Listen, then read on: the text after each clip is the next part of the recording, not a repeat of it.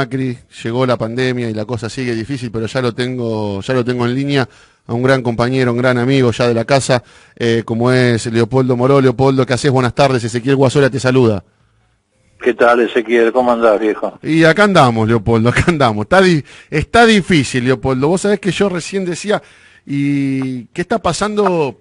Vos que estás ahí en la cámara baja, ¿qué está pasando con el aporte solidario?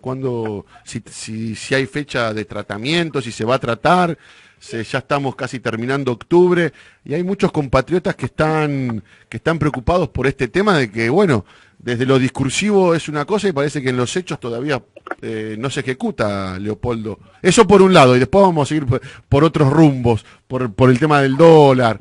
Pero bueno, primero esto, Leopoldo, preguntarte qué está sucediendo que no se trata el aporte solidario. Mira, yo lo que creo que está sucediendo es que, en primer lugar, se cumplió una primera etapa que fue instalar en la agenda pública el tema. Sí. Que no fue una cuestión sencilla, porque de entrada apenas anunciamos que íbamos a avanzar con esta iniciativa, los medios hegemónicos lanzaron, como siempre ocurre, una campaña tendiente a distorsionar el objeto del gravamen para tratar de hacerle creer a cualquier ciudadano que tenía un departamentito de 2 ambientes, de 3 ambientes, de 4 ambientes, que iba a ser víctima de este gravamen. Tuvo que pasar 1 mes, 2 meses hasta que quedara claro en la opinión pública que en realidad se trata de un gravamen destinado exclusivamente a las grandes fortunas, o sea, no más de 10.000 personas que tienen fortunas de acuerdo a la evaluación fiscal, que es mucho menor que la real, que van de 200 millones de pesos para arriba. Después, bueno, hubo dificultades con la pandemia, hubo dificultades para hacer funcionar el Congreso, cada sesión que intentábamos o que llevábamos adelante, Juntos por el Cambio la judicializaba, y efectivamente se ha ido atrasando, para mi gusto, más de lo necesario la sanción de este proyecto. Ahora hemos quedado en que después del tratamiento del presupuesto, que va a ser el miércoles que viene, la otra semana o hacia mediados de noviembre, vamos a tratar el proyecto aquí en la Cámara de Diputados. La mayoría de los diputados tenemos la voluntad política de llevarlo adelante, así que yo creo que antes de que finalice el año se va a dar la sanción la media sanción, mejor dicho. Claro, la media sanción. Sí, al aporte. Bueno, cuando siempre se tocan esos intereses y son a esas minorías, el establishment pone el grito en el cielo, Leopoldo, eso está más que claro. Absolutamente. Claro. No, fue uno de los factores, no el único, pero uno de los factores de esta reacción violenta y desestabilizadora de los grandes medios económicos, de los sectores económicos más concentrados, etcétera, tiene que ver con este proyecto, del mismo modo que tiene que ver con la decisión que tomó el Ejecutivo de declarar como servicio público en competencia a las TIC, es decir, a las empresas de telecomunicaciones. Exactamente. En este caso, telefonía celular, televisión paga, sí, y Internet. También eso es uno de los factores que ha desatado esta furia incontenible de estos sectores que están buscando, reitero, desestabilizar al gobierno. Ahora, salió en estas últimas horas, la verdad que ya yo a veces no entiendo cómo el Ejecutivo lo tiene a veces como a modo consulta Eduardo Duhalde, Leopoldo. Te digo la verdad, mira, yo siendo peronista, salió a decir Eduardo Duhalde que Alberto Fernández no se da cuenta que el gobierno no funciona o que estamos en un proceso preanárquico. ¿Desde qué lugar lo dice y con qué intenciones lo dice Duhalde, Leopoldo? A ver, el lugar desde el que lo dice es difícil de precisar. Yo creo que ahí juegan algunos factores también de índole personal. Me da la impresión de que Duhalde no se resigna a no tener el protagonismo que tuvo en otro momento de la historia política de la Argentina, que cree o quiere seguir apareciendo como un factor determinante en la vida política del país. y creo que fuerza escenarios para aparecer opinando, como por ejemplo, bueno, tocarle el timbre al presidente de la Nación 2x3, y después publicitar que estuvo en la Quinta de Olivos. Me parece que ahí hay un factor personal difícil de controlar. Y lo dice además del contenido o la mirada que él tiene, que también es una mirada que está más vinculada al pasado que al presente, esa mirada de una especie de peronismo paternalista, por decirlo de alguna manera. Ponele, claro. Sí. Con la idea de que las decisiones las toman los dirigentes y no la gente, que la historia no tiene su propia dinámica, una mirada de una especie de peronismo conservador, por calificarlo de alguna forma, ¿no? Sí, muy conservador te diría, porque lo que había dicho hace 2 meses atrás fueron dichos y muy golpistas, te diría. No, lo que pasa es que además es lo que no advierte, no sé si lo advierte o no lo advierte, yo quiero creer que no lo advierte, pero es que sus declaraciones, que nosotros también, o mejor dicho, que nosotros sabemos que vienen desde esta mirada arcaica del pasado, terminan siendo funcionales a quienes quieren desestabilizar el gobierno. Bueno, pero fíjate dónde lo dice en La Nación Más, siempre busca a los medios del grupo Clarín, lo dice en La Nación Más, lo dice en Clarín. Sí, no sé si los busca él o ellos lo buscan a él, pero al efecto del resultado de lo mismo. Exactamente. Y ahora, Leopoldo, ¿por qué no se apunta desde el gobierno a ese sector minoritario del mercado que son los que manejan el dólar ilegal, el dólar blue, que te lo mueven a 195, que después te lo bajan a 188, después que vuelve a 190? ¿Por qué no se va a fondo con esas cuestiones? A ver, yo creo que el gobierno se ha impuesto en términos del posibilismo 2 o 3 objetivos más o menos inmediatos. Yo creo que nosotros tenemos entre manos 3 problemas, más allá de la infinidad de problemas que hemos heredado, pero digamos 3 problemas básicos. Uno es la pandemia. Eso no depende de nosotros, es decir, resolver ese problema. Nosotros podemos, como se ha hecho, llevar adelante políticas sanitarias para controlar el problema, para achicarlo o para generar condiciones que felizmente a mi juicio se generaron para que el sistema sanitario no sea desbordado, no entre en colapso. Pero no tenemos la posibilidad de resolver el problema porque no tenemos la posibilidad de fabricar la vacuna ni de fabricar un medicamento. El otro problema que nosotros tenemos hoy en la coyuntura es un problema que... ¿Me escuchás? Sí, perfectamente, Leopoldo.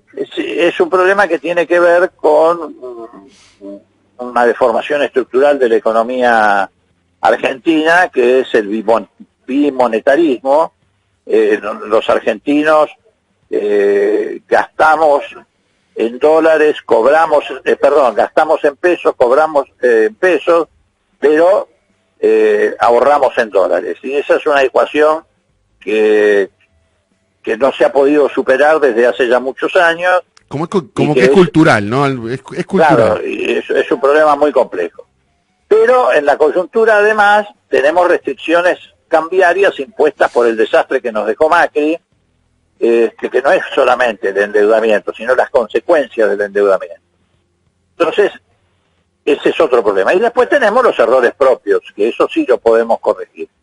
En relación al tipo de cambio, en relación al problema del dólar, para mí lo importante es primero que el gobierno ha dicho, y lo ha manifestado por boca del presidente, del ministro de Economía, que no van a dejarse torcer el brazo, lo que significa que no van a provocar una mega devaluación. Bueno, ahora, del dicho al hecho hay un largo trecho, y en ese sentido, bueno, hay establecida una pulseada muy fuerte, efectivamente.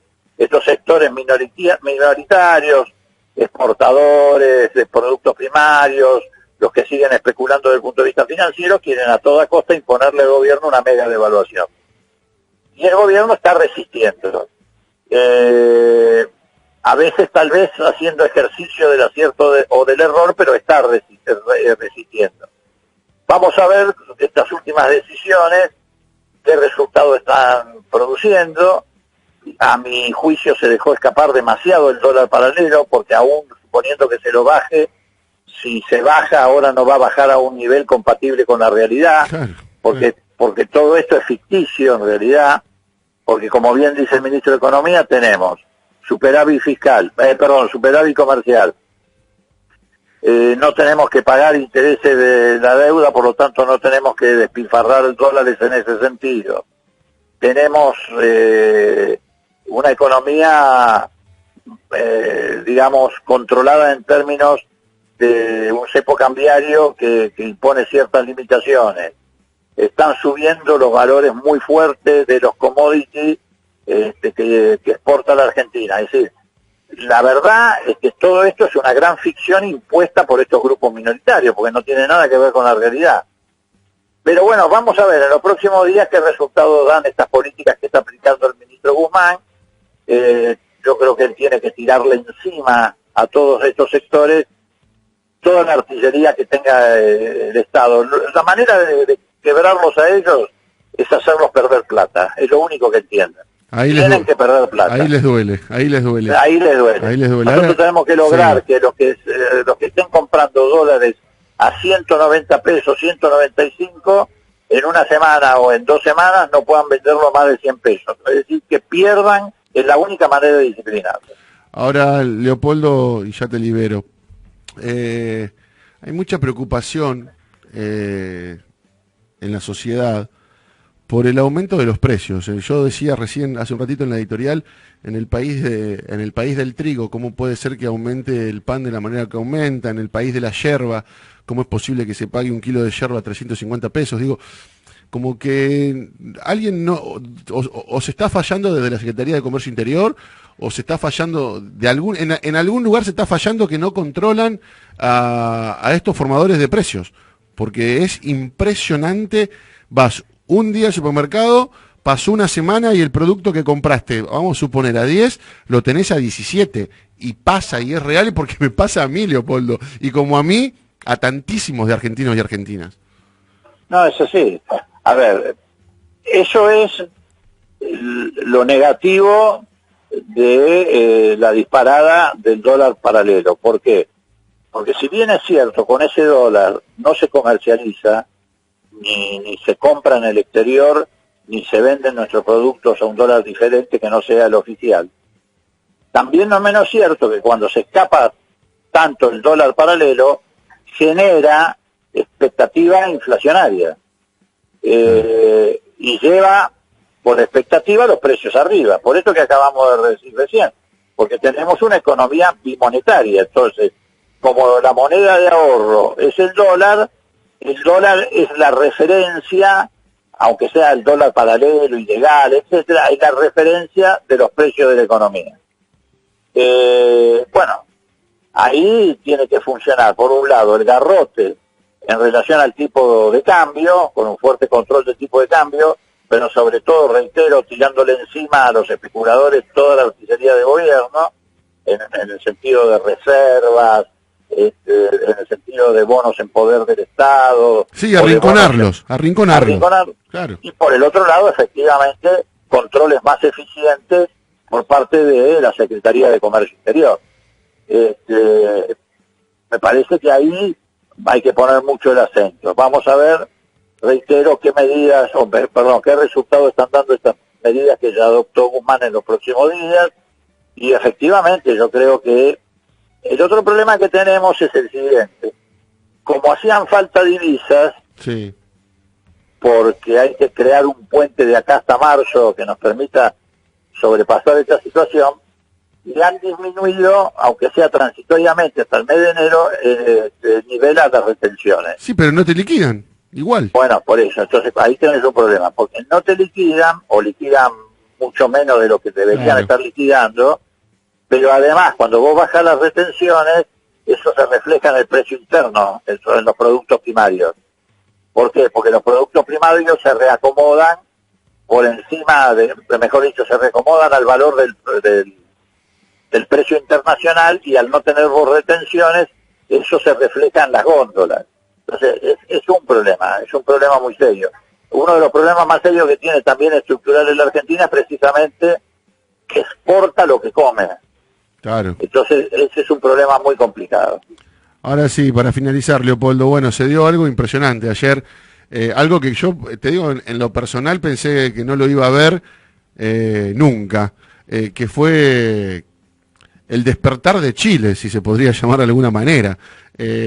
¿Cómo lo viviste y qué opinión tenés?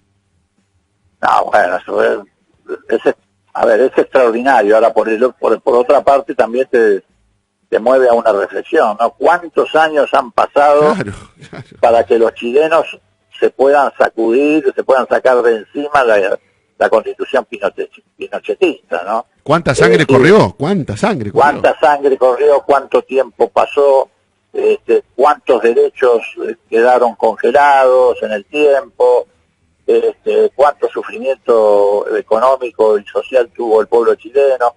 Pero bueno, finalmente el día llegó.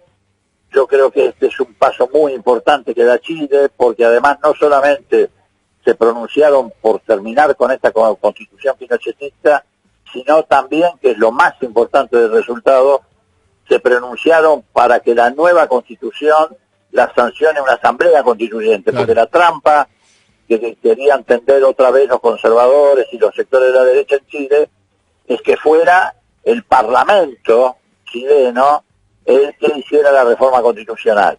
Y eso era una trampa, porque en ese Parlamento precisamente tiene mayoría la derecha, pero no solamente porque la votan, sino porque hay senadores vitalicios, que son los que permitió la constitución pinochetista, que impiden permanentemente la posibilidad de un cambio estructural en Chile. Entonces, que el pueblo haya votado por una nueva constitución, pero además por un método de asamblea constituyente, es un paso gigantesco. Ahora, bueno, hay que esperar que se elija esa asamblea constituyente, que nazca una nueva fuerza política. Yo creo que Chile necesita una nueva fuerza política. Chile no puede seguir gobernada por los sectores del privilegio o por los tibios. Chile tiene que tener un movimiento nacional y popular que represente... Llevamos el peronismo para Chile. Que represente vos desde el radicalismo, Leopoldo, vos del radicalismo. No, un movimiento nacional, popular, como el que existe en la Argentina, que represente la vocación de cambio que quedó de manifiesto en las jornadas extraordinarias del año pasado y de este año, de la resistencia del pueblo chileno. Bueno, y con lo que soñó también Salvador Allende, ¿no? Claro, pero Chile necesita imperiosamente una nueva fuerza política, y yo creo que van a hacer esta nueva fuerza política. De esto que está pasando, de esta resistencia, de esta gente en las calles, del resultado electoral de ayer, yo estoy seguro que se va a consolidar una nueva fuerza política en Chile. Y además la necesitamos en América Latina, porque si efectivamente Chile ingresa al radar de los gobiernos populares, de los gobiernos que reivindican la soberanía nacional, la integración latinoamericana, bueno, de a poquito vamos a ir reconstruyendo un mapa como el que tuvimos con el UNASUR o la CELAC. Ya se ha sumado Bolivia, Chile ha dado un paso importante, ojalá nos vaya bien, porque todos esos resultados también nos involucran a nosotros en Ecuador. Es decir, de a poco vamos a ir recuperando el territorio o el terreno que hemos perdido en estos últimos 4 o 5 años. Leopoldo, la última, un oyente. Ezequiel, por favor, preguntale a Leopoldo qué opina con volver a la Junta Nacional de Granos. A ver, yo creo que el comercio de granos tiene que estar regulado. Si me preguntás a mí por razones de edad y de experiencia propia, te diría que no hubo ningún ente regulador tan importante, tan eficiente, tan necesario como la Junta Nacional de Granos. Yo la conocía, la Junta Nacional de Granos. Esta Junta Nacional de Granos que tenía ingenieros de primera, gente con vocación patriótica, la Junta Nacional de Granos que tenía en cada estación del interior de la provincia de Buenos Aires y de la Pampa Húmeda una planta de silos, que tenía silos en los puertos. Fue extraordinaria la Junta. Mirá, yo te voy a contar una sola experiencia. Sí. En el año 65 gobernaba Arturo Illia. la Junta Nacional de Grano estaba funcionando a full. Y se hizo un convenio gobierno a gobierno entre el gobierno argentino y el gobierno de China. China todavía ni siquiera estaba reconocida e integrada en Naciones Unidas. Era un país marginal, por decirlo de alguna manera. Sí, sí, tremendo. Se hizo un convenio y se le vendió la cosecha completa de trigo de la Argentina a China. En aquel momento no me acuerdo bien cuál era el monto, 14, 15 millones de toneladas, a través de la Junta Nacional de Granos, por sobre el precio internacional del trigo. Es decir, la Junta Nacional de Granos fue una experiencia extraordinaria. Lo que pasa es que se integraba a todo un complejo. Era la época en que todavía nosotros teníamos nuestra propia flota de barcos. Claro. Que existía ELMA, la empresa de líneas aéreas marítimas argentinas. Los puertos argentinos funcionaban a full. Yo no sé si puede volver o no la Junta Nacional de Granos. Lo que sí tengo la certeza es que ese comercio tiene que estar regulado. Pudo haber sido una oportunidad la expropiación de Vicentín, precisamente para tener una empresa testigo que pudiera efectivamente influir en ese comercio de grano. Mira, hace 48 horas atrás están los diarios. El gobierno de Misiones y la policía de Misiones y la FIP en Misiones detectaron uno de los contrabandos más grandes de soja, una gran flota, flota de camiones, ¿Sí? no un camión, una flota de camiones que estaba por salir con granos de soja de Argentina a Paraguay para trasladarse de Paraguay a Brasil. Tremendo, y después triangular todo eso. Sí. Es absolutamente imprescindible tener un ente regulador. Ojalá fuera la vieja Junta Nacional de Grano, pero si no la es, que sea un ente regulador que efectivamente cumpla el mismo papel y que además ponga un precio sostén para los productores. Claro, exactamente, porque ahí también está el quid de la cuestión, ¿no? Que desde la Junta Nacional de Granos se ponga como un piso, como un techo y que después de ahí, bueno, salga todo para adelante. Bueno, Leopoldo, la verdad, como siempre, clase de política y me encanta que podamos tener estas lindas charlas políticas y despejar un poco las dudas de la ciudadanía y la preocupación que tiene muchos compatriotas, porque la verdad, Leopoldo, que falta muy poco para fin de año, la cosa no está bien y no está como hubiésemos pretendido que esté, y eso es obvio porque primero apareció la pandemia y porque después tuvimos que ir poniendo parches, no pudimos ir haciendo esos cambios estructurales que el país necesita, pero yo siempre te agradezco por estas hermosas charlas que tenemos.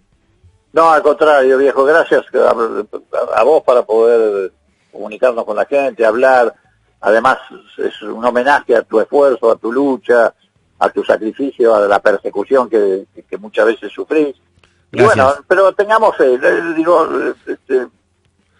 estamos trabajando para salir. Cuando se combine la aparición de la vacuna y podamos volcar el año que viene, a partir del nuevo presupuesto nacional, todos los recursos, entre ellos los que hemos ahorrado o nos vamos a ahorrar por no pagar intereses y capital de deuda por 4 años, los volquemos a la obra pública. Yo creo que la economía argentina va a reaccionar y vamos a poder dar satisfacción a la sociedad que nos acompañó en octubre del año pasado en un contrato electoral que nosotros vamos a honrar y a cumplir. Un abrazo. No tengo duda de eso. Gracias, Leopoldo. Un fuerte abrazo. Chao. Muy bien, ahí pasaba, me encanta. La verdad que estas charlas políticas con Leopoldo Moró, independientemente de si es radical, no importa el partido. Para mí Leopoldo es un tipo al que respeto muchísimo, al que quiero muchísimo. Intercambiamos WhatsApp todas las semanas y la verdad que está bueno preguntarle. Ahí algunos me dicen, ¿por qué elegís a Leopoldo Moró? Porque Leopoldo Moró es diputado nacional del Frente Todos. Y yo necesito, como vos necesitás, saber qué va a suceder con el aporte extraordinario por única vez. Ahí estaba diciendo Leopoldo que una vez que se apruebe el presupuesto, seguramente a mediados de noviembre lo van a ejecutar. Bueno, y ahí Néstor Castro me preguntaba sobre la Junta Nacional de Granos. Bueno, una excelente respuesta de Leopoldo y todo lo que pudieron escuchar. 17:03, el horario de este lunes 26. 20, baja la temperatura. ¿Qué pasa en la Capi que baja? 27, la actual temperatura en la ciudad de Buenos Aires, y tengo audio.